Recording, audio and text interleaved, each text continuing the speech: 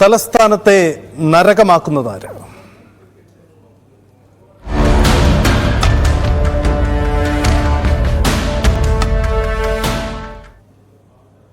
ആമയിഴഞ്ചാൻ തോട്ടിൽ മാലിന്യ നിക്ഷേപം തുടങ്ങിയിട്ട് നാളുകളേറെയായി. ഇതിന് പരിഹാരമുണ്ടാക്കാൻ കോർപ്പറേഷനും നിലവിലുള്ള സർക്കാർ സംവിധാനങ്ങൾക്കൊന്നും ക്രിയാത്മകമായി ഇടപെടൽ നടത്താൻ ഇതുവരെയും കഴിഞ്ഞിട്ടില്ല എന്നതാണ് സാഹചര്യം. ഇതിൻ്റെ സങ്കീർണത വലുതാക്കുന്നത് മറ്റു ചില സാഹചര്യങ്ങൾ കൂടിയുണ്ട്. പ്രത്യേകിച്ച് ആമയിഴഞ്ചാൽ തോട് റെയിൽവേ ലൈൻ അടിയിലൂടെ കടന്നു പോകുന്ന കനാൽ ഭാഗത്തെ ശുചീകരണം ആര് നടത്തുന്നു എന്നത് സംബന്ധിച്ച വെല്ലുവിളികൾ പലതരത്തിലുമുണ്ടായി. ഏറ്റവും ഒടുവിലുണ്ടായ അപകടം പോലും അതുകൊണ്ടുണ്ടായി എന്നതാണ് പൊതുവിൽ വിമർശന വിധേയമാവുന്ന കാര്യം. ഈ വിഷയം ചർച്ച ചെയ്യാൻ ഇന്ന് മുഖ്യമന്ത്രി ഉന്നതതല യോഗം വിളിച്ചിരിക്കുകയാണ്. റെയിൽവേ അധികൃതരടക്കം പങ്കെടുക്കുന്ന ഈ യോഗത്തിൽ വിവിധ വകുപ്പുകളുടെ കൂടിയാലോചനകൾ കൂടി ഈ പദ്ധതി എങ്ങനെ പൂർത്തിയാക്കാൻ കഴിയുമെന്നതാണ് പ്രധാനപ്പെട്ട കാര്യം. ടണൽ ശുചീകരണം അടക്കമുള്ള കാര്യങ്ങളിൽ നിർണായകമായ ചർച്ചകളാണ് ഇന്ന് നടക്കുക. 11 മണിയോടെ ഈ ഓൺലൈനായിട്ട് നടക്കുന്ന യോഗം ആരംഭിക്കും. തദ്ദേശ സ്വയംഭരണം, പൊതുമരാമത്ത് വകുപ്പ്, ഒപ്പം തൊഴിൽ, ഭക്ഷ്യവകുപ്പ്, കായികം, റെയിൽവേ, ആരോഗ്യം, ജലവിഭവ വകുപ്പ് മന്ത്രിമാരും MLA-മാരും തിരുവനന്തപുരം മേയറുമടക്കം ഈ ചർച്ചയിൽ പങ്കെടുക്കുന്നുണ്ട്. ചീഫ് സെക്രട്ടറി ഉൾപ്പെടെയുള്ള ഉന്നത ഉദ്യോഗസ്ഥരും റെയിൽവേ ഡിവിഷണൽ മാനേജരും ഈ യോഗത്തിലുണ്ടാവും. സംസ്ഥാന സർക്കാരിന് മുന്നിലുള്ള ഒരു പ്രധാനപ്പെട്ട സാധ്യത ദുരന്ത നിവാരണ നിയമം ഇവിടെ ഉപയോഗപ്പെടുത്തുക എന്നതാണ്. ഈ സാധ്യതയിലേക്കാണ് ഇപ്പോൾ ചർച്ചകൾ പോകുന്നത്. 11 മണിക്ക് തന്നെ യോഗം ആയിരിക്കും. വി അരുൺ നമുക്കൊപ്പമുണ്ട്. അരുൺ, വളരെ സുപ്രധാനമായ യോഗമാണ്. കാരണം ഒരു കോർപ്പറേഷന്റെ അധികാര പരിധിയിൽ നിന്നുകൊണ്ട് ചെയ്യാൻ പറ്റുന്നതിലും അധികം സങ്കീർണമാണ് ഈ വിഷയം എന്നതാണ് പൊതുവിലുള്ള സാഹചര്യം. കഴിഞ്ഞ ദിവസം മുൻ ചീഫ് സെക്രട്ടറിമാരൊക്കെ അത്തരമൊരു നിലപാടെടുക്കുകയും ചെയ്തിട്ടുണ്ട്. അങ്ങനെയെങ്കിൽ സർക്കാർ എന്ത് തരത്തിലാണ് ഈ വിഷയത്തിൽ കാണുന്ന ഈ നീക്കം? ഒപ്പം മുഖ്യമന്ത്രി നേരിട്ട് ഇടപെട്ടുകൊണ്ടൊരു യോഗം വിളിക്കുമ്പോൾ ഈ പ്രശ്നത്തിന് പരിഹാരം ഉണ്ടാക്കാൻ ക്രിയാത്മകമായ നിർദ്ദേശങ്ങൾ ഉയർന്നു വരും, അങ്ങനെ തന്നെ കരുതാം അല്ലേ അരുൺ? എന്ന് തന്നെ കരുതണം. കാരണം നഗരത്തിലെ മാലിന്യ നീക്കത്തിൽ അത് സുഗമമായി മാലിന്യം ഒഴുകിപ്പോകാൻ ഏറ്റവും പ്രധാനപ്പെട്ട ഒരു കടമ്പയാണ് റെയിൽവേ ടണൽ. 130-140 മീറ്റർ മാത്രം നീളമുള്ള ടണൽ എന്ന് പറയുമ്പോഴും അവിടെ അത് വളരെ പ്രധാനപ്പെട്ട ഒരു പോയിന്റാണ്. കാരണം ആമയിഴഞ്ചാൻ തോട് ബേക്കറി ജംഗ്ഷൻ ഭാഗത്ത് നിന്ന് കടന്നു വന്ന് തമ്പാനൂർ മോസ്കിനും ഒക്കെ ചുറ്റി ഈ ടണൽ കടന്ന് വേണം അടുത്ത ഭാഗത്തേക്ക്, അതായത് പവർ ഹൗസ് റോഡിലേക്കും അവിടെ നിന്ന് തകരപ്പറമ്പ് വഴി മഞ്ചൂർ, പാറ്റൂർ, അങ്ങനെ കണ്ണമ്പൂല, അങ്ങനെ ആ ഭാഗത്തേക്കും പോകേണ്ടത്, ആക്കുളം ഭാഗത്തേക്കൊക്കെ പോകേണ്ടത്.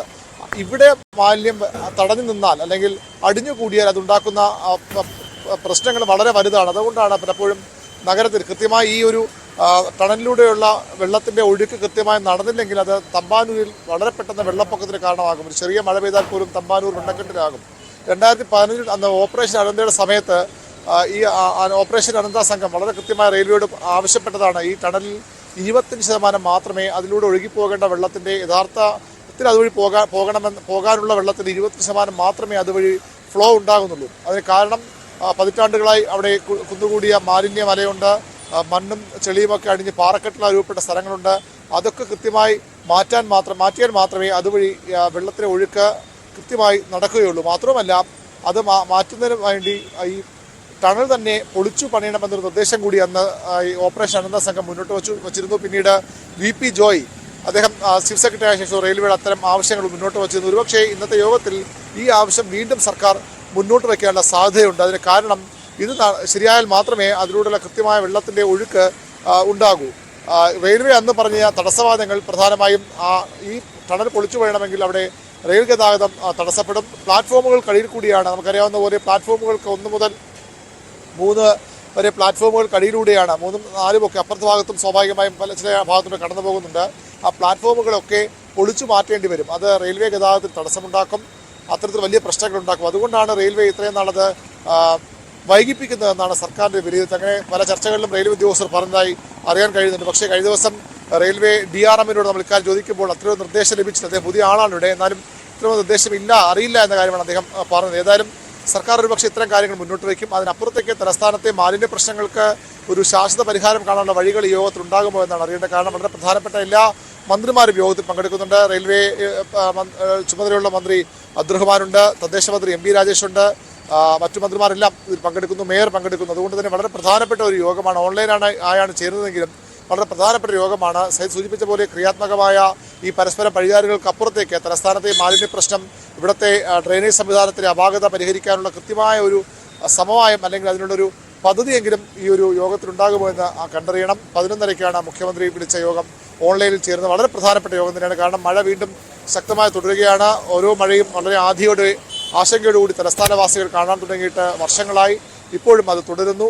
വലിയ ശുചിത്വ നഗരമെന്നൊക്കെ പറയുമ്പോഴും തലസ്ഥാനത്തെ മാലിന്യങ്ങൾ എങ്ങനെയാണ് എവിടെയൊക്കെയാണ് കിടക്കുന്നത് നമ്മൾ കണ്ടതാണ്. കഴിഞ്ഞ ദിവസങ്ങളിലൊക്കെ മലയാളികൾക്ക് സ്വയം ലജ്ജ തോന്നേണ്ട കാര്യങ്ങളാണ് പലയിടത്തും കാണാൻ കഴിയുന്നത്. അതുകൊണ്ട് തന്നെ ഈ പ്രശ്നം പരിഹരിക്കാനുള്ള പ്രധാനപ്പെട്ട ചില നിർദ്ദേശങ്ങളെങ്കിലും ഇന്നത്തെ യോഗത്തിലുണ്ടാകുമെന്ന് പ്രതീക്ഷിക്കാം.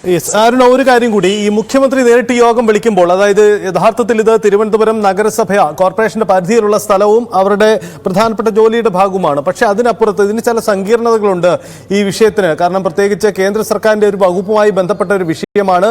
അതിൽ കോർപ്പറേഷനോ അവിടുത്തെ മേയറിന്റെ സംവിധാനങ്ങൾക്കോ ഇടപെടുന്നതിനൊരു പരിധിയുണ്ട്. അതുകൊണ്ട് സംസ്ഥാന സർക്കാരിന്റെ കയ്യിലുള്ള ദുരന്ത നിവാരണ നിയമം അടക്കമുള്ള സാധ്യതകൾ ഉപയോഗപ്പെടുത്തിക്കൊണ്ട് മുഖ്യമന്ത്രി നേരിട്ട്, അല്ലെങ്കിൽ സർക്കാർ ഇതൊരു മിഷനായി ഏറ്റെടുത്തുകൊണ്ടുള്ള ഒരു നീക്കമാണോ ഉണ്ടാവുന്നത്? കാരണം ഈ സംഭവങ്ങളിൽ സർക്കാർ അങ്ങേറ്റം പഴി കേട്ടിരുന്നല്ലോ, അതുകൊണ്ടാണ്.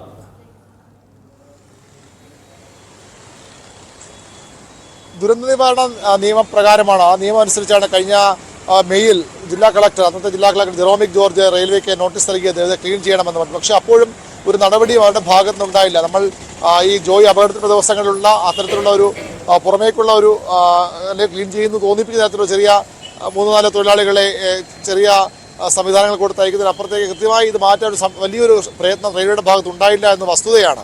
അതുകൊണ്ട് തന്നെ വീണ്ടും ആ നിയമം തന്നെ സർക്കാർ ഉപയോഗിക്കാൻ കഴിയുന്നതാണ്. ആ നിയമമാണ് ഏറ്റവും പ്രധാനപ്പെട്ടത്. അങ്ങനെ കൊടുത്തിട്ട് പോലും ചെയ്യാത്ത റെയിൽവേയോട് എന്ത് ചെയ്യുമെന്ന ചോദ്യം സ്വാഭാവികമായി മേയറും നഗരസഭാ നേതൃത്വമൊക്കെ ഉന്നയിക്കുന്നുണ്ട്. എങ്കിലും മുഖ്യമന്ത്രി ഇടപെടൽ കുറച്ചുകൂടി കാര്യങ്ങൾ വേഗത്തിലാക്കും, കുറച്ചുകൂടി ഗൗരവത്തോടെ റെയിൽവേ ഇത് കാണാൻ ഇടയാക്കുമെന്ന് തന്നെയാണ് പൊതുവിൽ പ്രതീക്ഷിക്കപ്പെടുന്നത്.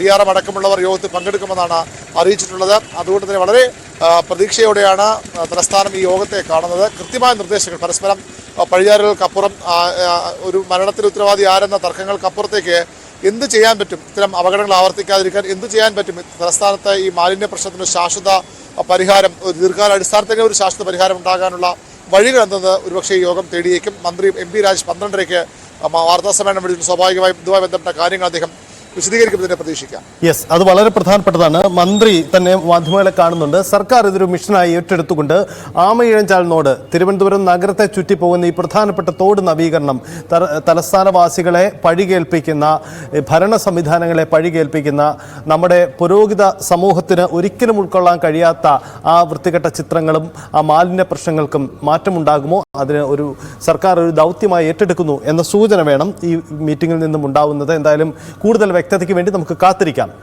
അതേസമയം